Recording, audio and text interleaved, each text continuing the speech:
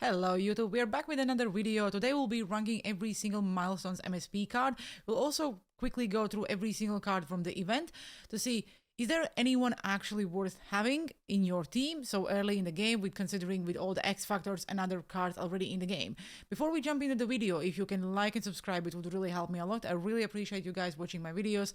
We're getting very close to the 1K subscribers, so once again, thank you guys. I'm also live on Twitch 5 days a week, Monday, Wednesday, Friday, Saturday and Sunday. So if you want to see me playing NHL23 live or you have any content questions, make sure you stop by. Okay guys, let's jump into the video. So this week we have 4 master item sets players, as you can see on the screen, and we also have a Phil Kessel. Unfortunately, you will not be able to make Phil Kessel, you will only be able to pull him in a pack or buy in the auction house. Also, EA is giving us an opportunity to get a free MSP player again. So let's have a quick look. What exactly do you need to do? The way to get the MSP player this week is pretty simple. We have 30 days, now it's only 28 because obviously the content came out on Thursday. So we have to play 450 games in total and we will get all these milestone collectibles. Again, if you combine the players in your lineup, let's say you have 5 or 7 or 10 players, it counts as every single player counts as a one game. So the more players from this event you have in your lineup, the quicker you will be able to get all these milestone collectibles. Also, you will be able to get 1 milestone collectible by just completing these challenges. They're not difficult, all you have to do is just play 4 games. As you can see, you have to play on Rookie, you have to play on Semi-Pro, you have to play on Semi-Pro, and then you have to play on Pro, and you will get 1 more milestone collectible. Once you're done with your challenges and your objectives, all you have to do is just come to the event set and choose the player you want. Obviously the player will be 84 overall only, so you will need to use the rest of your collectibles to upgrade the player. I'm pretty sure you are a few collectibles short, but while you're playing a game you can just trade in some of the cards. As you can see here, it's not a lot, just I think you're 1 or 2 collectibles short, so just play the game and another MSP will be yours. As you can see, this week we actually got quite a lot of cards. Again guys, this is the week 1, so on Friday we will have a week 2 where there will be new players added to this event. I'm assuming there will be another female player, probably another goalie. Like the format will probably stay the same, it's just the different players. So outside of the MSPs, and we will go through them in a minute, but I think SIDNEY CROSBY is one of the best cards outside of MSPs. Obviously CROSBY's cards are always pretty good. He's good on the faceoffs, he's good in a center, he's good as a winger. His synergies are not really good, but like if you pull this card, I would really give him a try. Obviously his speed and hands and shooting stats are incredible. And again, it's an 89 overall card, so technically I don't see why this card would be worse than any of the MSPs we'll just go through. Another card I'm really happy to see is Elmer Soderblom from Detroit Red Wings. This guy is just massive. I think he's one of the biggest players currently in the league. He's only 21 years old, and I'm really happy to see his cards going up and up. So this is already second card I think he have this year. I was really saddened he didn't get an evolution card, but you know, if he keeps performing really good in the real hockey, then I think EA will give him quite a lot of cards. Again, I think this 80 overall card is pretty decent, and if I would be able to get my hands around, I would probably put him in my forward line or in the penalty kill, because look at the stats. Like for 80 overall card, his stats are pretty good. Like even hands, I know it's 79, but he's only 80 overall, so it's just really awesome card to try. Another card, the format and the design looks the same, but it's not an MSP. So finally Phil Kessel have a high overall card. We didn't have one last year. I was really missing this guy out. Like I would probably like him, I don't know, maybe in a Pens jersey more than in Toronto, but I believe that's where he started. So zone ability, make it snappy, really not good. It wasn't good last year, and I so far don't really see him good this year. I like wheels, but I only like this superstar ability of someone who is really fast as a winger. Phil Kessel is not one of them, but he is really good card. So unfortunately we cannot make him. The only way how we can get Phil Kessel is if we pull him in a pack or if we buy him in an auction house. That's an L in my opinion from EA this week. I would really like to be able to actually make him, and he would be even one of the MSPs. Okay, let's go through this week's MSPs. Patrick Roy. He had a good superstar abilities and also zone abilities, not bad, like with all the tips in front of the net and also the rebounds. I think these are really good.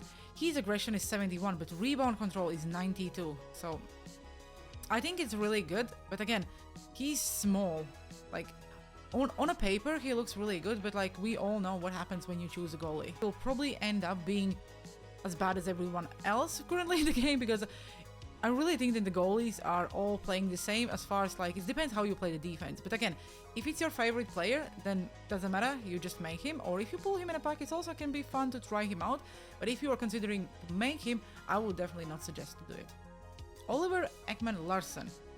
Every single time we get his card, he's really good defenseman. He plays really good. He had a decent speed. He's not a really small defenseman, but I don't think he's like must have. The reason why, he have silver tape to tape, which is not very effective when it's silver. I do enjoy it more, and I like when it's gold. Also, zone ability, stick him up. Even if it's like the best defensive zone ability this year, I really think that there are better left-handed defensemen out there.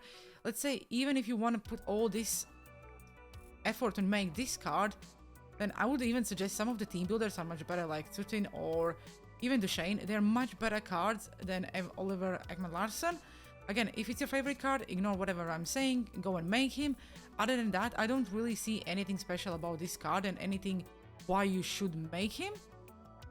Again, it's only 89 overall card as well, so he will probably not stay in your lineup. He may stay there like maybe 1 or 2 months, but as we can see, like it's already 89, and probably next event will be already 90, and so on and on. And like in a month's time, we already have 92 overall cards, where this card will not be relevant and usable again. So it's just, in my opinion, it's like a waste of cards.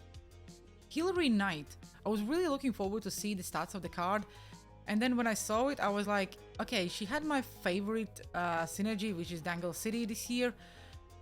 Like, Unstoppable Force is really awesome. I try to activate it in every single player I can. But she had a Born Leader.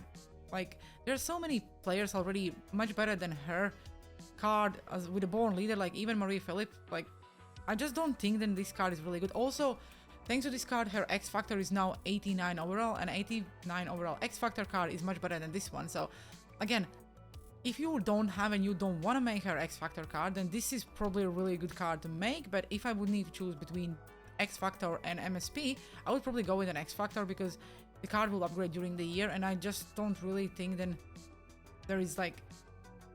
The card looks okay, don't take me wrong, she's pretty small, but like all the female players are pretty small. I just think that her X Factor is much better. Like, if you want to invest your players in something, maybe better invest them in a power-up collectibles and just get her X Factor and upgrade it. Now, let's talk about the card you must make if you want to make one. So, MIKA ZIBANEJAD. Not only that he's a Rangers and he's like one of my favorite players, because the way he plays, he always makes a momentum, he creates the momentum, he scores quite a lot for Rangers, and he is just a phenomenal player. I like that he's a right-handed winger, and we don't have a lot good right-handed wingers, and also someone who can play in the center. Not only that he had elite edges, and with his skating stats, you can see then like he's already in the 90 speed, and when you will activate the elite edges, you will really feel the difference. He will be a phenomenal player if you will decide to make him. He had my favorite zone ability, tape to tape, like I already said.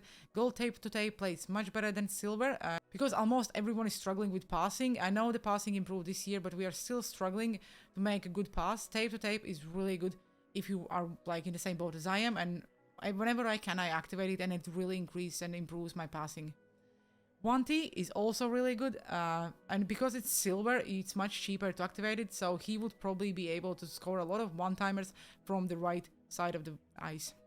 Regards his synergies, they're not really good, but like if you activate Booming Shot and Hurt and Soul, you can see that his endurance and slap shot power and wrist shot power goes up, also the puck control increase and the body checking. Because of his size, the body checking is very important, so I think that this is the best card we currently have in this event this week. If I would need to choose between Phil Kessel and MIKA ZIBANEJAD, I would probably go still with MIKA ZIBANEJAD, but I think Kessel would probably be the second one. Because he's not MSP, he's not on this tier list. If any of these players are your favorite players or they are in your favorite team, ignore whatever I'm saying, just make whoever you want, or if you want to go and buy them all, that's also absolutely fine. I just think that because the cards are increasing, the overalls are increasing so quickly, and you can see that EA is already starting to put like 88s, 89s, like I said, and probably by January we'll already have 93s and 94s, whoever knows what EA will decide. I just don't think that spending so many players and so many collectibles to get these players will be like useful in a couple of months time. But again, if you're hood rich, then go for it. Why not? Let me know down in the comment sections below if you decided to make any of these milestone MSP cards, or did you pull anyone. Who is your favorite player from this event and what you think about it in general. Okay guys, thanks for watching the video and have a good one. See you on the ice.